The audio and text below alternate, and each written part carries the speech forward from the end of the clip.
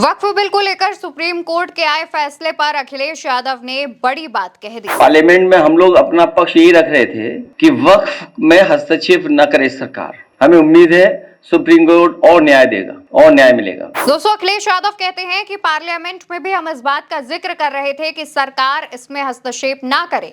हमें उम्मीद है कि सुप्रीम कोर्ट और भी न्याय देगा। बताते चले कि वक्फ बिल को लेकर के सुप्रीम कोर्ट की तरफ से आज बहुत बड़ा फैसला सुनाया गया।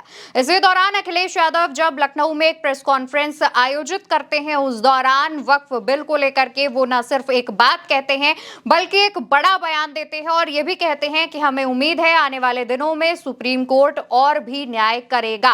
वक्फ संशोधन बिल जब इंट्रोड्यूस किया गया था, उसके बाद से ही लगातार इसको लेकर के विरोध प्रदर्शन देखा जा रहा था। मुस्लिम समाज में इसको लेकर नाराजगी थी और विपक्ष के भी तमाम नेता मुस्लिम समाज के लोगों के साथ थे और वो भी इस वक्फ संशोधन बिल का विरोध कर रहे थे, जिसके बाद तमाम याचिकाएं सुप्रीम कोर्ट में डाली गई। सुप्रीम कोर्ट में इस पर सुनवाई हुई और उसके बाद सुप्रीम कोर्ट की तरफ से तमाम फैसलों में बदलाव किया गया है। वहीं सुप्रीम कोर्ट ने वक्फ संशोधन बिल में तमाम जो बदलाव हैं वो किए हैं, जिनमें से एक मुख्य बदलाव जो है वो इस प्रकार है कि सरकार की तरफ से वक्फ संशोधन बिल में ये ऐड किया गया था कि जो वक्फ बोर्ड है उसमें कम से कम 2 गैर मुस्लिम जो हैं वो शामिल रहेंगे। अधिकतम की सीमा नहीं तय की गई थी, लेकिन कम से कम 2 लोगों के शामिल रहने की बात कही थी, जिसको लेकर के सुप्रीम कोर्ट सुनवाई करता है और कहता है कि केंद्र की वक्फ बोर्ड में अधिकतम यानी बहुत ज्यादा 4 और राज्य के वक्फ बोर्ड में से सिर्फ 1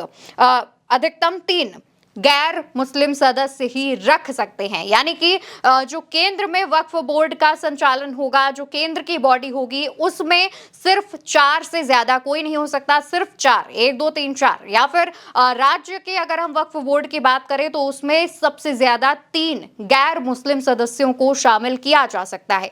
हालांकि इससे पहले सरकार ने सीमा तय नहीं की थी, जिसके बाद माना जा रहा था कि वक्फ बोर्ड में ज्यादा से ज्यादा गैर मुस्लिम जो है वो शामिल किए जा सकते हैं। इसके अलावा सुप्रीम कोर्ट ने एक और फैसले में बदलाव करते हुए बताया कि वक्फ बोर्ड का जो पदेन सचिव होता है यानी कि सीईओ होता है, वो मुस्लिम समुदाय से ही नियुक्त किया जाए। सरकार की तरफ से कहा गया था कि इसमें कोई भी हो सकता है, लेकिन इसको बदलते हुए सुप्रीम कोर्ट ने यह फैसला सुनाया। इसके अलावा यह भी कहा गया कि कोई व्यक्ति वक्फ बनाने के लिए कम से कम 5 साल से मुसलमान होना चाहिए। सरकार की तरफ से वक्फ संशोधन बिल में यह चीज ऐड की गई थी, जिस पर फैसला सुनाते हुए सुप्रीम कोर्ट ने कहा कि जब तक राज्य सरकार ये तय करने के लिए नियम नहीं बनाती है कि कोई व्यक्ति वास्तव में मुसलमान है या नहीं, तब तक ये प्रावधान लागू नहीं हो सकता, क्योंकि बिना नियम के ये मनमाने ढंग से इस्तेमाल इसका किया जा सकता है। सुप्रीम कोर्ट का ये फैसला मुस्लिम समाज के लिए एक बड़ी जीत माना जा रहा है और इसी को लेकर के अखिलेश यादव बात करते हैं।